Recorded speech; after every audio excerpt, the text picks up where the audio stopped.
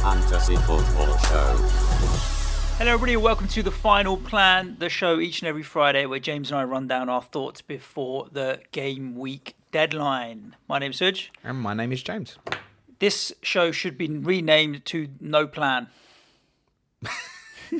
The final lack of plan. Do you know what? This is going to be awful and the FPL listeners aren't going to like this. My headspace is so in Sky. Is so in the Sky game at the moment. It really is. My headspace is nowhere, but it's more in Sky than it is in FPL because I think ultimately the thing with FPL for this game week is if I do nothing, I'm okay. Like I'll just roll the armband on Mo Salah away at Norwich, and that's it. There's no other real fixture. I'll be disappointed not to have more attacking coverage from City for the West Ham game, but it doesn't feel like I want them long term, so it will really be a jump on, jump off. So from an FPL point of view, I'm just going to let it roll. My simple transfer is Mopay to Danny Ings. If I don't move from James Maddison to Riyad Mahrez to give me more attacking beef against West Ham, then Mopay will go, Danny Ings will come in, bish bash bosh, I'm done. Move on. Okay. My first question to you would be, who is going to be your captain for this split game week? Either Riyad Mahrez or Mohamed Salah. Not got De Bruyne? I've got De Bruyne. Okay, fine. Yeah, but I'd take Salah over De Bruyne. I don't mind the Mahrez gamble. I'm not sure I'd captain either over Salah. Yeah, I can see that, but they're at home. Every time City lose a game or whatever, they come back and spank somebody. And do they this year? Well, maybe not, but they have the potential to, and West Ham are bad. So it's going to be more than likely Mo Salah, and if not, then it'll be Riyad Mahrez if I buy him. Okay, I know who I would like to captain this week, and I won't. It's Sadio Mane.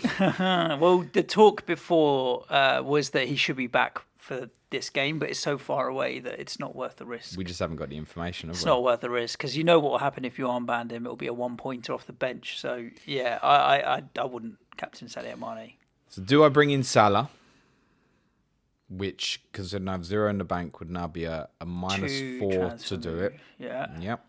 And I've been pumping them out with no real success. My Christmas promise and New Year's promise was to be more aggressive. It's just not taken off for me very well at all. I don't think it suits my characteristics as an FPL manager. Be yourself. Do your own thing. Yeah, just manage your team your way. Yeah, but I was trying to. Do what you think's best. You know, these are all the catchphrases on Twitter. So I'm probably transfer-wise, I'm in 3 places, basically. There's one very straightforward transfer, potentially, and it's kind of hot topic within the community, is to sell John Lundstram. I'd bought at 4.6, so there was no necessity for me to sell before the Wednesday price dropped down to 5 million. Didn't make any difference for myself. I would most likely just move to O'Connell, I think. Mm-hmm. I think that's... I would obviously be ruled out of Ender Stevens and George Baldock. Another temptation is not to do anything, and I'll just play Rico at Sheffield United and then be with 2 threes on the other side, being in a position where there's every chance, not so much in 27, but in game week 28, I may want to move on Grealish and Kevin De Bruyne possibly. So I think there's a period here coming up where maybe for a change, you could maybe look at going without him, particularly with Champions League restarting. Yep. They're so far off of Liverpool. I may not get him in Sky. That's where I think, actually, you know what? Kevin De Bruyne at the start of the season, I don't think we're going to see the double-digit returns. He says just before he paused massively against West Ham. I don't worry so much about the fixtures with him because, you know... Most of us are picking him because he's rotation-proof and he just plays every game. Otherwise, there are City assets that are a little more explosive. But they've all had their share of injuries this season, Aguero especially. So I can't remember, if I tried hard enough, I probably would, but I haven't had 2 transfers in a game, 2 frees in a game week for a while. I can't remember the last time I skipped a week and rolled one. So quite like the idea of skipping this week to build myself up to having 2 free transfers? Well, I think it's a good strategy to begin to think that way for anybody who at this stage is not certain that they'll free hit in game week 31. Is to begin to, you're going to want to get there with 2, probably. And the sort of teams, and we can talk about it a bit now, the sort of teams we might be targeting are not the sort of teams you particularly want to dive into, as kind of discussed on yesterday's Clash of the Correspondents. Like Everton may be one of them. When you look at the fixtures, bar Palace this weekend, between now and game week 31, I don't want to go anywhere near them particularly. No. But I might do on that day as a punt to cover game week 31 when they're away to Norwich. So we now know that Spurs are through in the Cup and Newcastle are through in the Cup. Do you want to talk about Spurs a bit? Well, just the fact that they're through in the Cup. So late penalty, great, fantastic. We still don't know if that Friday night game against West Ham is on, though, because now you have to beat Norwich. And remind everybody when this FA Cup 5th round is. So the FA Cup 5th round is the midweek following game week 28. Yep. All of those fixtures are midweek fixtures. None of them will go to replays. They have to all finish on the evening. So we will know the quarter-final lineup pre-game week 29. Which gives you 29, 30, 31 to prep yourself for 31. Yep. And obviously you can use 27 and 28 if you have a couple of players from teams that you definitely know are going to be available, but you're not going to get. I would not be planning to game week 31 now. I think certain things, like if Liverpool still lose at Chelsea in the Cup, then things might fall into place where you can just have 7 or 8 in game week 31 and just walk on through with it. I really think it's going to be how things fall into place. The one thing I said weeks ago after the 4th round draw, something will happen in this 5th round very unexpected, whether it be Norwich win at Tottenham or Portsmouth beat Arsenal, I don't know. Yep. Something unexpected will happen. I'm certain of that. But in terms of percent, the one that we want is Chelsea to beat Liverpool because we already own 3 Liverpool assets, don't we? I think they will. The bookies are basically pricing it up at nearly 50-50 at the moment. Yeah, ain't that. No, I don't think it is as well. But it just depends what team Liverpool pick, right? Is there any way that Klopp goes into it and goes, do you know what? I'm going to roll out Mane, Salah and all that. I can't see it. Can you? No. But will Chelsea as well? Well, they've got they're in the Champions League as well, haven't they? Yeah, true. It's going to be an interesting one. Like you said, we don't know how it's going to pan out. The other one that's kind of 50-50 in terms of the bookies' thoughts is the West Brom Newcastle fixture, which I think that's fairly understandable. It sounds like a 50-50 call. Yep. Obviously, if Liverpool go out, they play Palace in 31, it's on. If Newcastle go out, they play Aston Villa in 31, that would then be on. And the one that looks likely is obviously Spurs are now heavy favourites to beat Norwich in the 5th round, which would lead to, well, we know at least one of Tottenham v West Ham or Norwich v Everton will be on. Obviously, from a bookie's perspective, the likelihood is obviously Spurs would win. The majority of people are going to think that, aren't they? Norwich have not picked strong teams in the first 2 rounds either. No. So doesn't mean they won't. Nah. But so we should have 4 games to pick from on that day. I know they've got 9,000 coming. Okay. So it should be a cracking atmosphere. It's sold already? Well, they've taken the full allocation they're entitled to in the Cup, which is 9,000. Southampton brought 5,600 the other night, which is a good. Fair show. It's a good showing for a midweek game. Yeah, man. I think they With could have 25 quid ticket prices. From what I heard, they could have. Yeah. That's another podcast. Yeah. They could have brought more as well, in fairness. Lord knows how they didn't win. Oh, my God. I don't know what was worse. My team's performance or the fact that they didn't take advantage of it. Because I'd sat there the whole game thinking we were going to lose. Within 2 minutes. So there was a lot of praise for he who picks the team and how his tactical changing from a back 5 to a back 4 changed the game. One, I don't know why the hell we were starting with a back 5 in the first place. With not a single midfielder who could link up with the front 2. Yeah. So we just couldn't create any dominance in the game. 2, well done. Here's my praise. Well done for changing it. I would have changed it after about 10 minutes. You had the personnel on the pitch to just go, right, Sessegnon, you go on the wing. Lucas or Sonny one side. Play Ndombele really high with the front man. And suddenly, formation-wise, it's got more balance. It's certainly more offensive. Nah, didn't happen. Dele Alli came on and had a big impact on the game. Played one-touch football, which is Dele Alli at his best. But 2-1, I wasn't thinking, how are we going to get back into this game? I was thinking, how many are Southampton going to win this game by? It was all I was thinking. They were all over us. I don't know how they didn't win the game. Redmond was terrific. Danny Ings was a real threat.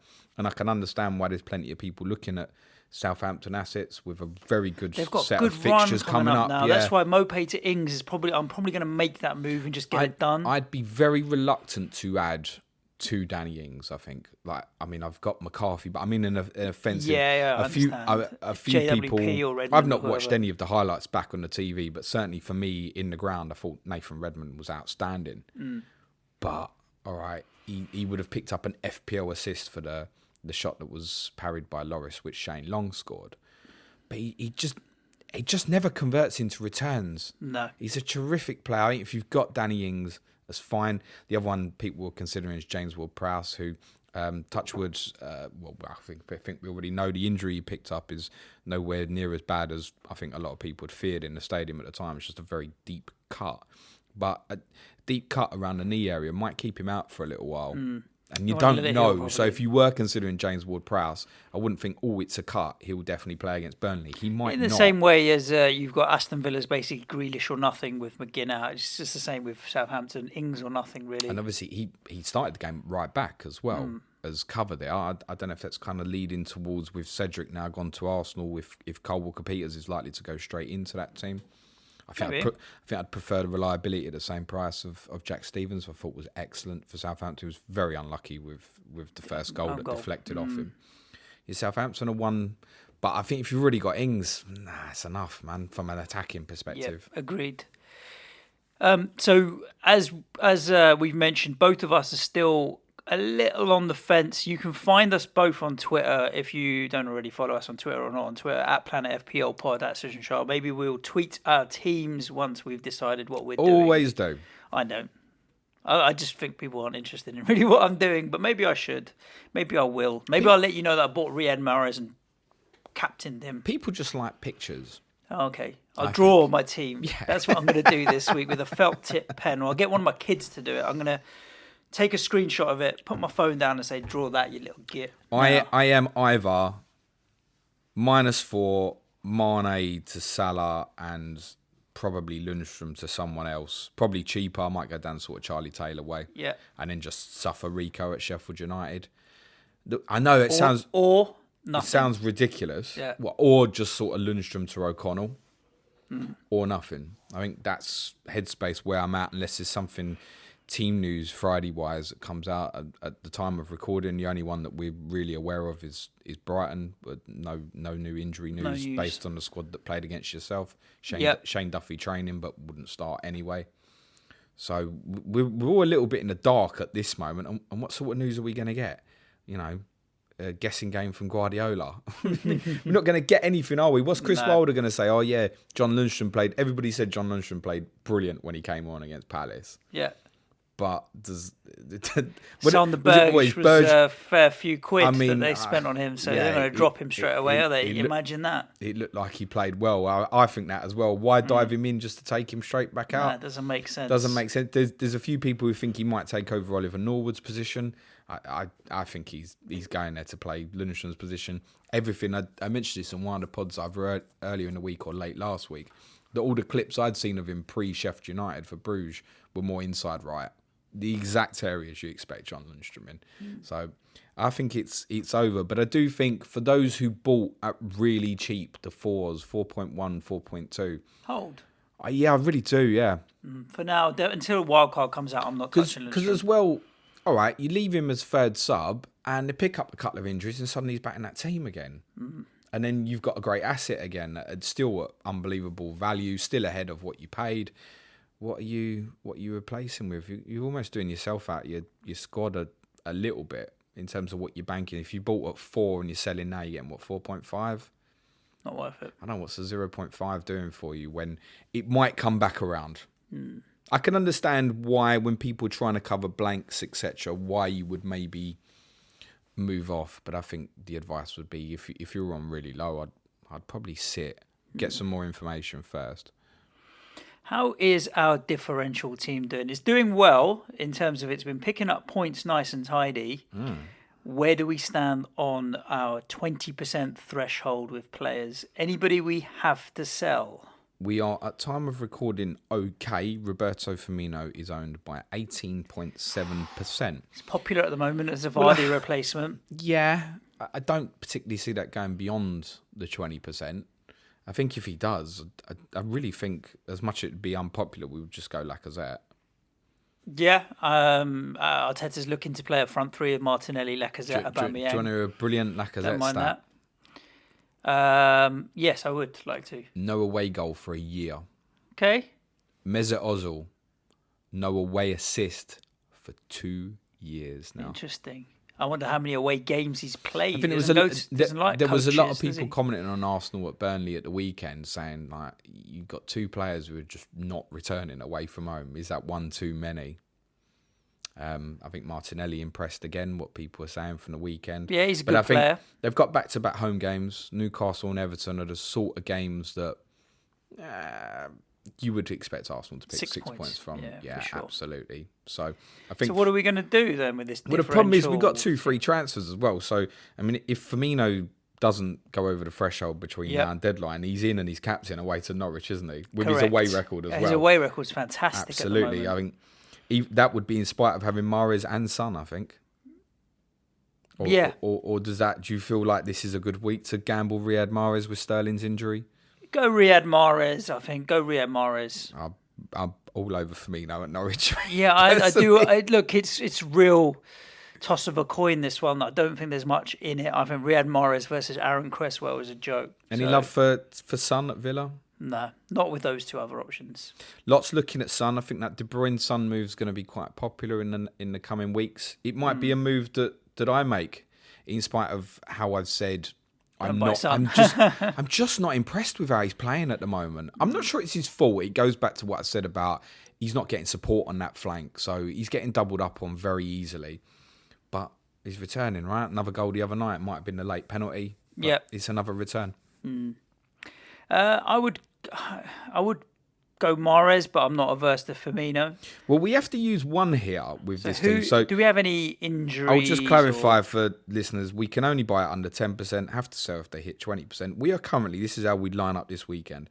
Alisson and Gomez, Sidibe at home to Palace, Chilwell at Wolves, Mahrez, Son, Ali, Martial, Calvert-Lewin, Maupay, Firmino captain. I'm not even really sure with this differential team how we could even make that better with players owned under 10%.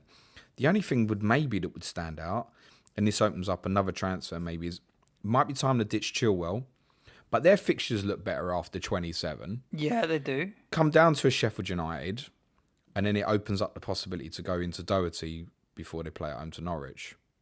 I was going to suggest getting rid of Maupay and maybe looking at Samatta or something like that. Something that is a real differential. But, what's the bench? Tielemans, Aurea, I'm leaving him out at the moment, and Charlie Taylor at Burnley. We can go straight Chilwell to Doherty. We've got 1.7 million in the bank. Should we just fucking do that? Yeah, Chilwell to Doherty. I still like Matt Doherty. It's going to annoy me that I'm not going to own him between now and the end of the season. They priced him too high, but if we can afford him, let's go Matt Doherty then. And we'd start him at home to Leicester rather than Aurea at Villa? Yeah, because of the attacking threat that Matt Doherty carries, I think. Sidibe at Palace plays, or home to Palace rather. Sidibe plays. I don't know, I'd play Aurea ahead of Doherty. What's the point in buying him then? Yeah, just when you mentioned would we leave Aurea on the bench, I'd play Aurea ahead of Doherty. Nah. You're the Spurs man here, so if you say no, then I'm with you. Listen, the key takeaway from Spurs, and you're not going to get the information before the deadline, is no Lo Celso the other night. As soon as I saw the same, it's very rare I'll tweet it out, shit, where is he? Because he's the one who's made the difference in the last 3 to 4 weeks or so in terms of how we've tried to play. We had nobody on the pitch on Wednesday night who had any ounce of football technical ability with a brain other than Ndombele in flashes, who is about as unfit as I am. Like, he's so far off in terms of fitness. I think all he could be at the moment is an impact sub in the way he was against Manchester City on Sunday. You ain't going to get more than an hour out of him. I don't know why. It makes me wonder, was he on something at Lyon? Because it's not the player that I saw play for Lyon at Man City early last season. Yeah, well, with that in mind, then Matt Doherty for Ben Chilwell seems to be the right decision. If Lo Celso don't play at Villa Park, I'd have a bet with you that they'd beat us. 50p? The silence is not good for the podcast. No, I was just thinking about how much would I be willing to put on that, and I think I've decided 50p. Well, I don't really want to bet on my team to lose, mate, for 50p. Fine. I'm just saying, we'll leave that then. If Lo Celso doesn't make it, I wouldn't be surprised if Villa beat us. That's all I'm saying. Yeah, with the opportunity to go 1 point behind Chelsea, but I think we can talk about that more next week. How's your North team? A couple of points you beat me by last week, wasn't it? Did I? Think I did 53. You got the league there, possibly maybe 53 to 55 from memory. But makes a change, doesn't it? I sold Sadio Mane, and I am now slowly and surely. Am I right with my memory? No, you beat me. Was it 55 to 53? I beat you. 36 to 32. Sorry, of okay. it. No, maybe I'm thinking the week before. I lit 2 Spurs returnees, Son and Aurier. Yeah, I'm slowly moving away from my City and Liverpool assets to try and make a team out of everybody bar Liverpool and City. So when I sold Sadio Mane, because this is like 100 and something points now. I'll still get you. Yeah, we'll see. I don't know how with this one. That's 10 points a week, roughly, give or take. You have to beat me by consistently for the next 13 weeks. I'm banging frontline this week, though. Yeah, I'm moving away from all my Liverpool and Man City assets for the last third of the season. So yeah, that's where I'm at with it. I may roll my transfer this week. Why don't you, if you're going to do that, like at least take a minus 16 to get rid of them? Maybe I will. There's only 3 left now. I've got 2 Liverpool defenders and De Bruyne. I don't think I've got anyone else left anymore. Yeah, just it. Bin them off for a minus 12, minus mate. 12. Well, Yeah. well, if I've got 2 free transfers, then it's only the a thing minus is, 4, then isn't it? You'll end up with the 3 best assets from Leicester, the 3 best assets from Wolves. Yeah. Maybe I should just start buying Man United players and that. It's still shit for me, really. I mean, my front 3 for my South team next week, it looks like fire. Aubameyang, Lacazette and Ings. Yeah. Like, smash into it. I'd captain Aubameyang out of that, by the way. Fair play. Yeah, I'm going to roll this week, and I'm going to try and figure out how I'm going to manoeuvre these blanks and stuff. But I may slowly filter out one more of my Liverpool and City assets to try and give you a chance to catch up a little bit here. But North v South, I mean, it's proven that Liverpool and City, Liverpool and City can win you FPL almost. You could pick out of 5 teams really and still top FPL. Well, it's worth remembering with De Bruyne. What is he, 4 points short of Salah? Yeah. Don't forget that. Yeah. The consistency is phenomenal. But he had a very explosive start of the season. I think he was heavily. That's like saying Mohamed Salah's had an explosive 5 last weeks. month, right, Yeah, or true. whatever. Yeah, players do go in runs and patches like that for sure. You've got Sky in front of you. Have you finished your overall? I think FPL listeners, if you don't want to hear anything of this, feel free to switch off. Thank you for joining us. Good luck with your game week, and thank you very much. Good luck this game week. Listen, a minute on it. This isn't confirmed, but at the moment, my Sky team overhaul lining up will be the exact back 4 and goalkeeper that I mentioned on Wednesday's feature podcast: Henderson, Van Dijk, Alexander-Arnold, Pereira, Suyuncu. Midfield: De Bruyne, Richarlison, Adama Traore, Fred back in, Danny Ings and Aubameyang. You will notice there's a clear and obvious no Mohamed Salah there. You're making a move after... And that is to give me the time potentially to decide between Mane and Salah next week. You'll skip the Norwich game or in between the two? I'll still De Bruyne after West Ham. Straight to Mane or Salah. FPL listeners might be very confused with what I'm explaining. Just ignore it. Just ignore it. Just smile, nod. It's fine. If it does nothing else but pique your interest to go and have a look at the Sky game, then do go. Yeah, but if they're overseas, I can't anyway. That's a fair point. If you don't live in the United Kingdom or England, it's United Kingdom, whatever, then you can't play the Sky game. Sorry, you cannot get your hands on their £50,000. Thank you though for those who are playing Sky. Fed back on the podcast was nice. I'm looking forward to sorting out my overhaul today and tomorrow and stuff now. So, yeah. Are you still in the cup in Sky? Yes. Yeah, and I'm conscious of it. What's the prize in the cup? It's £1,000. £1,000. It's better than a kick in the balls, isn't it? Well, yeah, I'm conscious of it. Nice. So, game week 26. This is going to be a weird game week. Because of the split. Well, it's split, and then we're going to record in the middle of the week. It's going to be a bit funny. I think this is the opportunity to actually have a bit of fun and relax. I tell you what is an interesting idea. I saw Mark, FPL General, tweeted the other day, and he said his intention was to launch his wild card essentially once the game week starts. Yep. Because all 10 games are at different times. You can physically get an eye test on all 20 teams over the next 10 days or so. Yeah, true. And it's interesting that. It's true. Because quite often you will wildcard someone you haven't watched for 3-4 weeks. I mean, that's based on you're gonna have that case based somewhere, on the Twitterverse. That's true. That is very true. For those who are thinking of launching it, that's an interesting shout. As ever, I'd get it launched at earliest possibility if that's what you're sure you want to do. There's nothing to learn in between the start and the end of the game week from a double perspective or anything like that. So. No. Yeah, that's all still to come after game week 28. Interesting to see how the market is during that period. I imagine it will be very quiet. I would say so too. I wonder how many people will go in to change their captain and shit next Friday. Interesting to see.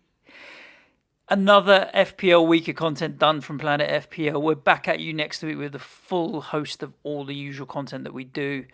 In the meantime, do a couple of things. Sort your teams out. Make sure you log in. Sort your captains out and all the rest of it.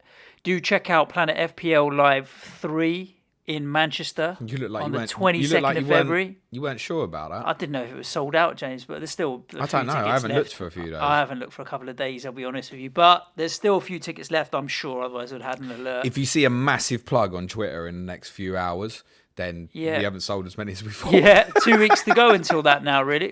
3 weeks to go until that now, really. 22nd. We have already definitely got enough people to have a party. Go as it is, 100%. Exactly. So do that. And if you do like the podcast, do share it with all your FPL playing friends, family, neighbours, Facebook friends, and all that kind of stuff. Do it. Other than that, thank you for joining us. Ciao for now. Good luck, everybody. Cue music, man child. Those were good voices. We should do the whole pod in them next time. Do you never do the old listen on like times 1.5? 1.5 is the best.